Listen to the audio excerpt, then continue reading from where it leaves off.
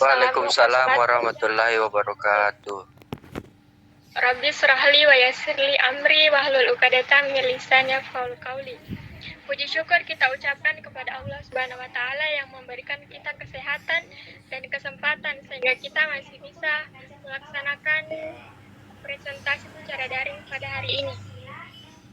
Salam dan salawat tak lupa juga kita kirimkan kepada Rasulullah Shallallahu Alaihi Wasallam.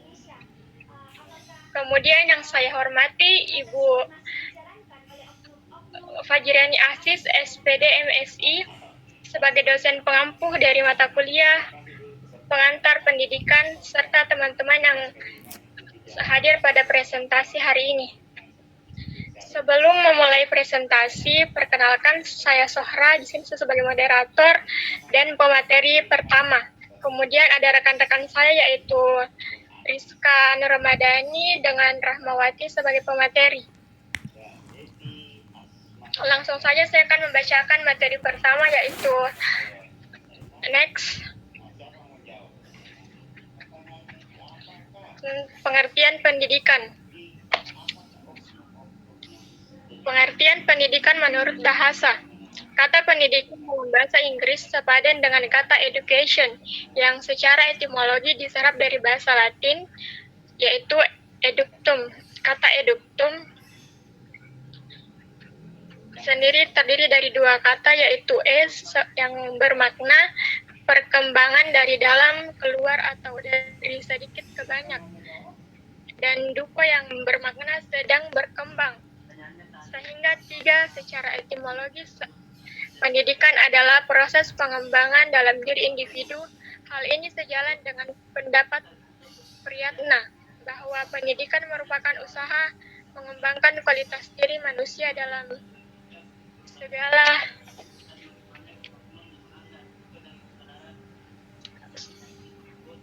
pendidikan menurut Undang-Undang Dasar.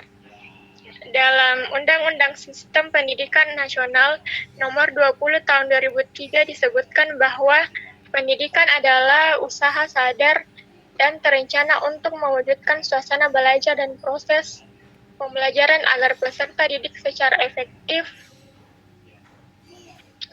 aktif mengembangkan potensi dirinya untuk memiliki kepribadian, kecerdasan, akhlak mulia, serta keterampilan yang diperlukan dirinya, masyarakat, bangsa, dan negara.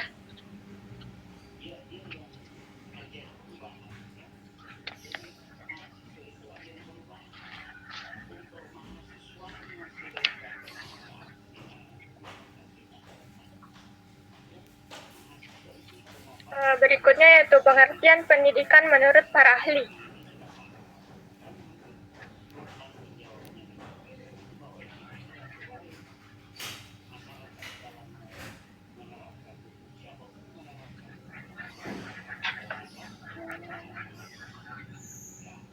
Satu yaitu dari Profesor Dr.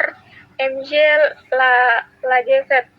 Pendidikan ialah pemberian bimbingan bantuan rohani bagi yang masih memerlukan.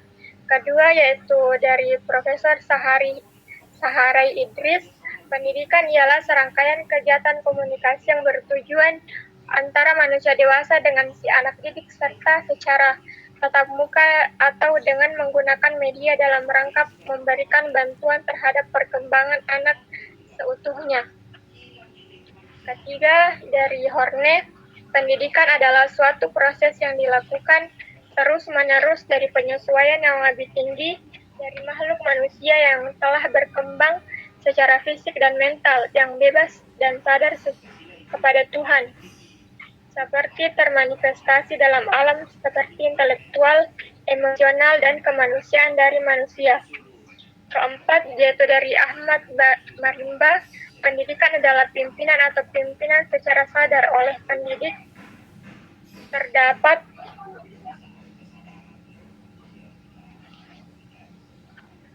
Terdapat perkembangan jasmani dan rohani, terdidik menuju bentuk kepada yang utama.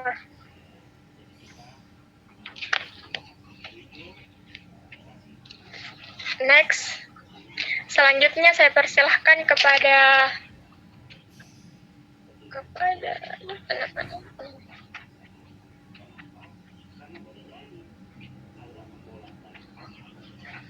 Pemateri selanjutnya untuk yaitu Dewi Rahmawati membacakan materi selanjutnya yaitu tentang tujuan dan ciri-ciri pendidikan. Terima kasih atas kesempatan yang telah diberikan. Saya akan melanjutkan materi selanjutnya yaitu tujuan pendidikan. Pertama, tujuan dari pendidikan adalah menciptakan seseorang yang berkualitas dan berkarakter sehingga memiliki pandangan yang luas ke depan untuk mencapai suatu cita-cita yang disarankan dan mampu beradaptasi secara cepat dan tepat di dalam berbagai lingkungan. Kedua, pendidikan membawa perubahan-perubahan dalam diri orang yang menekuninya, seperti peningkatan pengetahuan, kemampuan, keterampilan, serta adanya perubahan sikap dan perilaku. Sehingga terdapat perbedaan yang jelas antara kemampuan orang yang tidak berpendidikan dengan yang berpendidikan. Selanjutnya, ciri-ciri pendidikan. Pendidikan mengandung tujuan, yaitu kemampuan untuk berkembang sehingga bermanfaat untuk kepentingan hidup. Kedua, untuk mencapai tujuan itu, pendidikan melakukan usaha yang terencana dalam memilih isi materi, strategi, dan teknik penilaiannya yang sesuai. Ketiga, kegiatan pendidikan dilakukan dalam lingkungan keluarga, sekolah, dan masyarakat. Sekian dari saya kembalikan ke moderator. Kemudian saya persilakan selanjutnya pemateri yaitu Iskan Ramadhani untuk melanjutkan materi selanjutnya. Baik, terima kasih atas kesempatan yang diberikan. Saya akan melanjutkan materi selanjutnya yaitu unsur-unsur pendidikan sebagai subjek didik.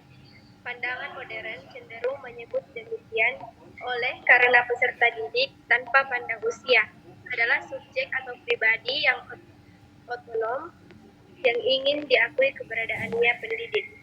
Pendidik ialah orang yang bertanggung jawab terhadap pelaksanaan proses pendidikan dengan sasaran peserta didik. Peserta didik harus memiliki kewibawaan, kekuasaan batin mendidik, dan menghindari penggunaan kekuasaan lahir, kekuasaan yang semata-mata didasarkan pada unsur wewenang jabatan. Ketiga, interaksi edukatif antara peserta didik dan pendidik. Interaksi edukatif pada dasarnya adalah komunikasi timbal balik antar peserta didik dengan pendidik yang terarah kepada tujuan pendidikan, di mana ketika proses pembelajaran di ruangan sedang berlangsung, diharapkan antara pendidik dan murid adalah menjadi partner yang saling berargumen logis guna mendapatkan suasana belajar yang efektif. Keempat, kurikulum. Dalam sistem pendidikan KKN ini perlu disesuaikan antara standar kompetensi profil lulusan dengan capaian pembelajaran yang diharapkan dari suatu program studi. Kelima, alat dan metode. Konteks yang mempengaruhi pendidikan antara lain alat dan metode. Alat dan metode diartikan sebagai segala sesuatu yang dilakukan ataupun diadakan dengan sengaja untuk mencapai tujuan pendidikan. Keenam, sikap pendidik. Perbuatan pendidik merupakan kegiatan yang dilakukan oleh pendidik ketika dihadapi oleh peserta didik. Kemudian yang terakhir, lingkungan belajar. Lingkungan pendidikan berpengaruh pada tercapainya tujuan pendidikan. Lingkungan belajar meliputi sarana dan prasarana belajar, seperti ruangan kelas yang memadai, tersedianya ruang untuk praktikum, kenyamanan dalam belajar, yaitu lingkungan luar tidak berisik. Baik, itulah tadi unsur-unsur dari pendidikan. Saya kembalikan kepada moderator.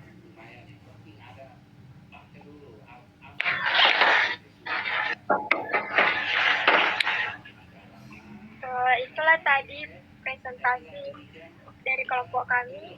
Kemudian yang ini kesimpulannya yaitu pendidikan merupakan suatu konsep dasar yang ditujukan untuk mengarahkan dan membina sesuatu yang belum diketahui baik secara umum maupun pribadi, dengan struktur, arah, sarana, dan prasarana yang terencana, sehingga dapat menunjang proses pendidikan dan dapat mengakibatkan penyerapan materi yang penting. Biasanya, hal ini berkaitan dengan fondasi dan perhatian pada material yang ada. Disampaikan adalah bimbingan atau pertolongan yang diberikan oleh orang dewasa kepada perkembangan anak untuk mencapai kedewasaannya, dengan tujuan agar anak cukup cakap melaksanakan tugas hidupnya sendiri dan tidak bergantung pada bantuan orang lain.